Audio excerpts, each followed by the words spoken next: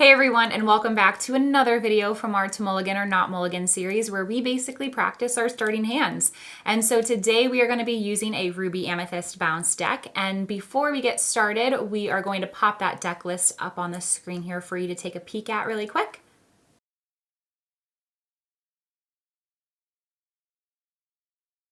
And so now before we get started, Dalton, do you want to go over maybe some specific cards that are in this deck that we really want to try to shoot for to have in our starting hand? Yeah, so the thing about the Ruby Amethyst deck is that it is really versatile and it can kind of enact a couple different game plans depending on the matchup.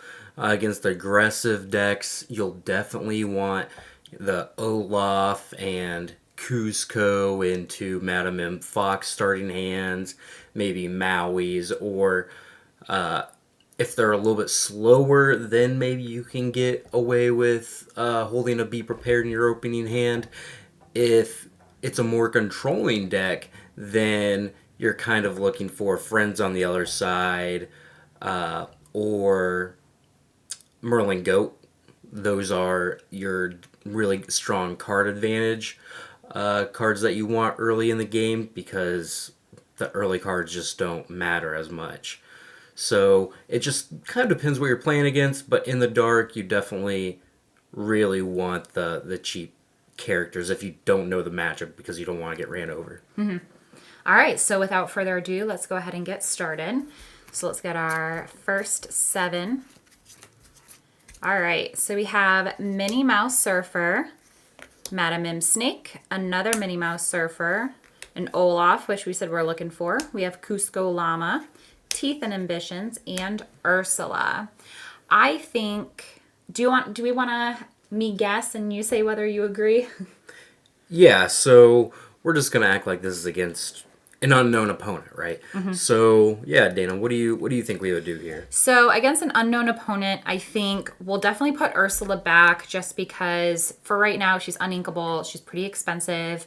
We're not really gonna see her for a long time, so you might as well just put her in and hope to get. And right now we have a pretty low curve. We have all 1, 2, and 3 drops. So put her back. Hope to get maybe another lower cost or maybe like more of a mid range, right? Yep. I think we should at least have Olaf in our hands starting off. It's a one ink character. I know that you always kind of guide me by saying if they play something on their turn, on the first turn, then you probably want to get something on the board. So just having that for sure is, I think, an easy yes. Probably Madam M's Snake. Cusco's pretty good too. I almost wonder if maybe we just do these 4 and put these 3 back. Yeah, so I'm definitely with you on those 4. I'd probably keep a Teeth and Ambitions just because it is a really strong tempo play against aggressive decks, and against other controlling decks, it's just really easy to ink, and you kind of want to ink that card anyway. So I would probably get rid of these 2 and hope for maybe like one of those. Maui's definitely a good one depending on the matchup, and so is Merlin, so I wouldn't be very upset by that at all. Okay. The only other card I might really be looking for is like Friends on the Other Side or Crab Merlin. Well, let's see what our first draw would be. Another Cusco. So not too bad. No. All right, cool. All right, hand number 2. Okay. 1, 2, 3, 4, 5, 6, 7. We have Maui, Maleficent, Surfer Minnie, Friends on the Other Side, Goat Merlin, Minnie Mouse, and Rabbit Merlin. Oof. I feel like this is a tough one. I definitely think we should keep our 1 drop here. Currently, we don't have any 2 drops, so we wouldn't have anything to play on turn 2. I almost wonder if we would put back... Oh... Well, you did mention wanting to see Goat Merlin, right?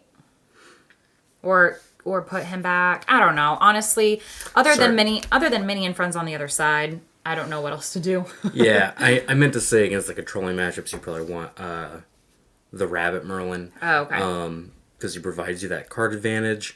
And with this hand, like if I if I didn't know the matchup, I'd be inclined to keep these five because you can if you're on the draw and you see that they're not playing like a super aggressive deck, you can just ink Maui or ink Minnie Mouse, and you don't really need to play things in the first couple turns if they're not playing an aggressive deck, so that's totally okay. And your 3-drops really shine in those matchups. If they are playing an aggressive deck, then having a 1-drop and Maui to eventually clear the board will be really good. And you don't necessarily want to keep these two in the dark. You don't want to keep the Goat Merlin because if it is like a control mirror or mid-range mirror, you don't really want to ink it. You want to be bouncing it as much as possible. The same thing with Goat Merlin, Rabbit Merlin. But you definitely don't want to have the rabbit in an aggressive matchup either, just because its body isn't going to be doing enough. So I would throw back those. Oh, sorry. Yeah, no, go ahead. In the drawer. Yep. And we get a more expensive card in Ursula, but we get another Friends on the other side to hopefully find, hopefully just more mid-range threats that we can play to lead up to Ursula. Cool. All right. Transition to the next one. So far, so good. So far, so good. I kind of want to do a couple where we're playing against, like, the Mirror. Okay. Cool. Right. The Mirror is a super important matchup because this is one of the most popular decks. You're probably going to see it. You're definitely going to see if you play this deck, and it's important to know what you do or do not want in the first few turns of the game. So we have Crab Merlin, Madam M Fox, Madam M Snake, Ursula, Minnie Mouse Surfer, Maleficent, and Olaf. All right. I almost wonder if... I feel like we should still be putting back Ursula. Uninkable, higher cost. You're not going to see her for a while. For sure. I'm almost inclined to keep the rest. We don't have a 2-drop, but... Oh, no, we do have a 2-drop with Snake. Mm-hmm. Yeah, I'm almost inclined to keep the rest. I don't know. So, if we're playing against the Mirror, I think one of the important things is that, like, the games are going to play out pretty long. And a lot of the times you're playing towards getting Be Prepared and Be Prepared. And in those scenarios, I don't really want to actually just play out my 2-drops that often, or my cheap 1-drops. Like, they're just going to be ink. I would probably play out Cusco, because at least if that gets banished, you can recoup your card back. If I had Cusco, then I'd be more tempted to keep Crab Merlin, because that can help you enable some trades. I kind of want to keep Minnie because that's a reasonable threat in the matchup. And I think the combination of Minnie and Crab Merlin means that you can trade into their minis kind of unsuspectedly. So I kind of like I kind of just like keeping... it's definitely possible to just keep all of them, honestly, and just see what we get. I don't mind that. Yeah, you'd probably ink that first Maui, or probably the Olaf first, one of the two. And then, let's see, our first draw step, we will get Maleficent. And we already have her, so you could ink that after your Olaf. Yeah, we could ink that, and we're just kind of playing for the long game, because the games are going to take a long time anyway, and it's important to make sure you just have more resources than what your opponent does. And the best way to do that is to not play your Olaf into Be Prepared. Now, the good thing about... And you don't really want to Olaf into Madam Mim too much on turn 2 in the Mirror, because you really want to save these to get a little bit more value out of your Merlins later in the game, if you can. So, good deal. So looking for Cusco's against the Mirror. Yeah, Probably your crabs. yeah. Friends Or on the no. other side. If you have Cusco, then I'm fine with trying to find a crab. There aren't that many crabs in this deck list. But otherwise, or if you have like a mini or something that can trade into their mini if you have the crab, I kind of like that as well. But otherwise, the crab isn't always the strongest. All right. Olaf, Maleficent, Ursula, Snake, Fox, Friends, Fox. Put back Ursula. I don't know why we keep drawing her. Every time. Almost. Or has it been every? I don't know. Whatever. It feels like it's almost. Well, the one time we didn't, we mulliganed into her, I think. So. Yep. All right. So definitely putting her back. I think we don't. At least I know for sure we're not going to keep two of a kind. So I'm going to put at least one fox back. Now, whether you think that we should keep the second fox, up to you. But I feel like you mentioned friends on the other side. So I think. Oh, I don't mind that. I don't mind that. It's kind of like the same thing as last time. Yeah, I don't mind that either. You could definitely keep the fox if you wanted to. If they're playing a little bit more of aggressive version of Ruby Amethyst, maybe they have Arthurs in their deck, then you definitely want to make sure that you can pressure their characters, and Fox is a really good way at doing that. You already have one, but a second one's not going to hurt. But yeah, we could throw away one Fox, assuming it's kind of the mid-range mirror. Okay. And then we'd have our Cusco and our Mini. Yep, so we have a 2-drop that replays itself. We have Mini, which is just a good threat in the mirror. We have Friends on the other side. And Maleficent for some draw power. And then we have Fox just for some removal in the early game. So I like it. Cool. I think we can do one more with the mirror. Mm-hmm. Hopefully we have a little bit more of a little bit more of a variety of a starting hand, not just Ursula, then all 2 and 3 drops. That's so true. So true. All right. I feel like I shuffled that pretty well. 1, 2, 3, 4, 5, 6, 7. We'll know if it's Ursula in all 2 or 3 drops. Hey, that's a new card we haven't seen. Hey. Peter Pan Shadow, Merlin Goat, Be Prepared, Minnie Mouse, Friends on the other side, Yzma, Crab, Merlin. Hey, you asked and you received. You wanted a little bit more of a variety. Definitely, this is definitely more of an interesting hand. I said that a lot of the games did play out to Be Prepared, but I don't think it's something that you want to keep in your opening hand just because it's just going to sit there for the first 7 or 8 turns of the game. Mm-hmm.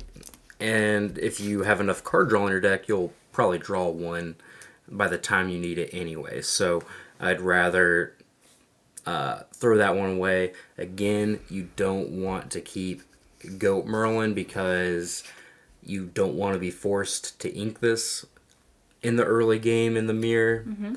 Yzma, while being a really good card, is a 6 cost card you don't need to keep. I think you can find a better 3-drop, whether that's Mini Stylish Surfer, or maybe it's the Fox, or even Maleficent could be a better 3-drop. And then I would probably get rid of Peter Pan's Shadow. It can be a really strong card in the mirror if they are evasive heavy, but it's also an inkable, so you don't want to get stuck with a bunch of uninkables in your opening hand if you can help it. So I like keeping Friends on the other side just as a good way to card advantage early, and then you have the 1-drop for ink. And look, we drew a bunch of other 1-drops. Hey, there's that Surfer. And then Teeth and Ambitions. All right.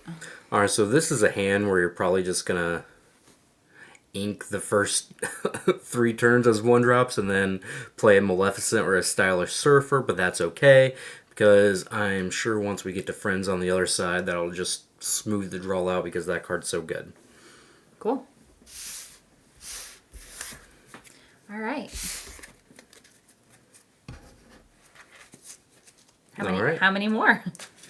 Let's do 3 more. I Okay. think another pretty popular deck is the discard deck. Which we're going to be doing another video over, because that's the deck that I play. So stay tuned for that one. So that one will be fun. And I think that's going to be a really important matchup.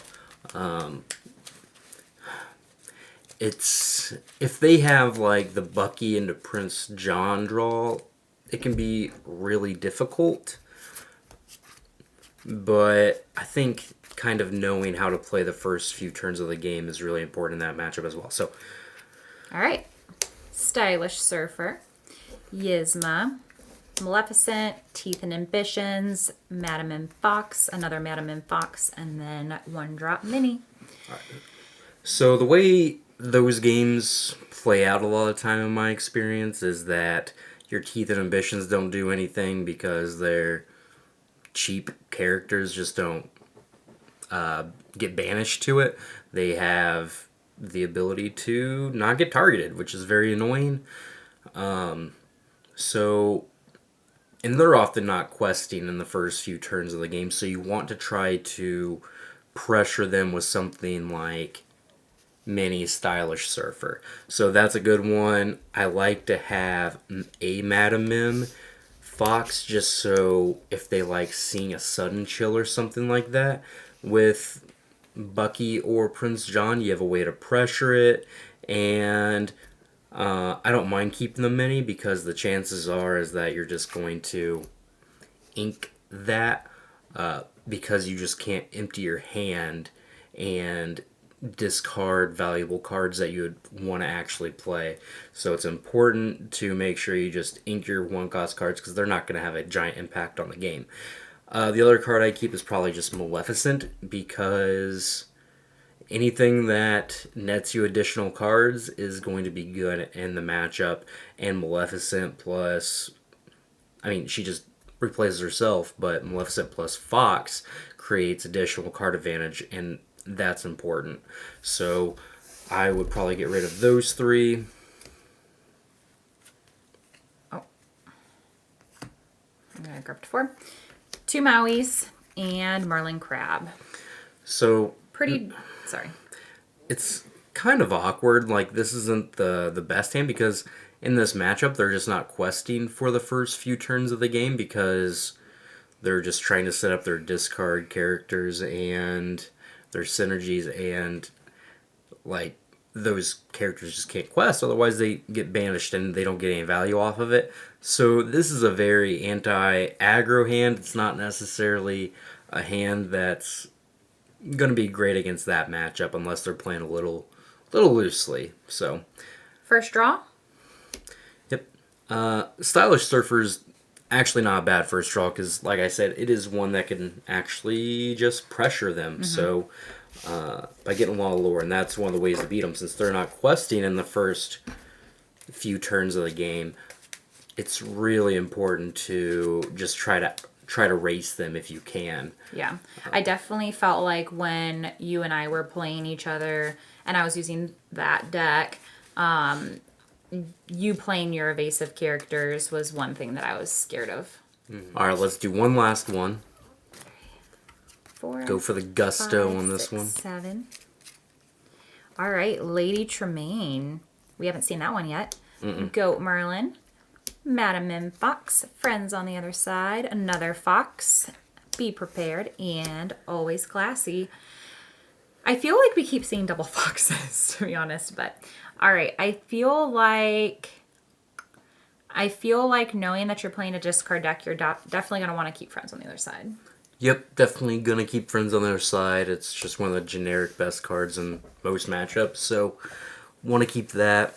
I'd probably just keep Mini because you're just probably gonna ink it anyway. And I kind of want to get rid of the rest of them. Fair enough. 1, Again, 2, the foxes aren't 3, great 4, if 5. they're not questing with their characters early. Teeth and Ambitions. Ugh. Oh no. Oh, Surfer and Snake. Whoa. The double 7 cost uninkable just really sucks the breath out of you. Yeah, it's not great.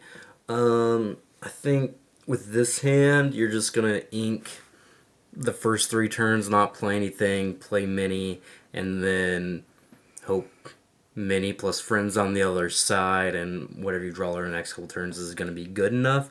Hopefully you have enough time to cast Be Prepared, because when you do cast it in this matchup, it is really good, but you don't really want it in your opening hand, because you'll probably be forced to discard it unless they have a pretty mid draw. So that's tough, having 2 7 costing equals. Yeah.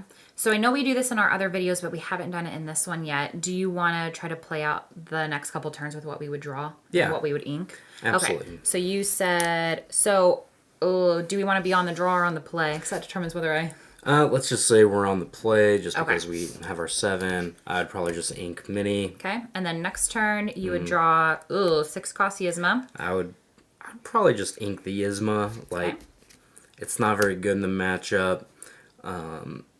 Maybe some of these other cards will have utility at some point, but that one isn't going to have a lot. So then we draw again.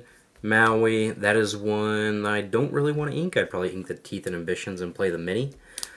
I don't want to ink Maui because it does a really good job at challenging all the Floodborn characters your opponents play. So it's important to at least have that potential threat. And then next turn, it'll probably be a pretty simple. Actually, that's not a bad one, because that one can actually pressure them a little bit too. So would you ink the snake? Yep, I would ink this. Well, I'd sing Friends on the other side first. All right, sing that, play that,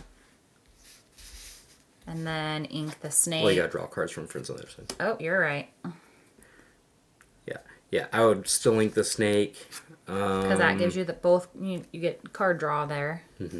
I would ink the snake, play the shadow, and here, barring Tinkerbell into like Grab Your Swords or something like that, you're actually able to put on a decent amount of pressure. So I kind of like that. The Maleficence will help you refill your hand over the next couple turns, so that's really good too. But if they have a really good draw, you're still going to end up discarding this Be Prepared probably. So not the most fortunate, but that's okay. You might be able to pressure them with your 2 evasive characters in the meantime. All right, cool. Well, that was fun. That was fun. Yeah.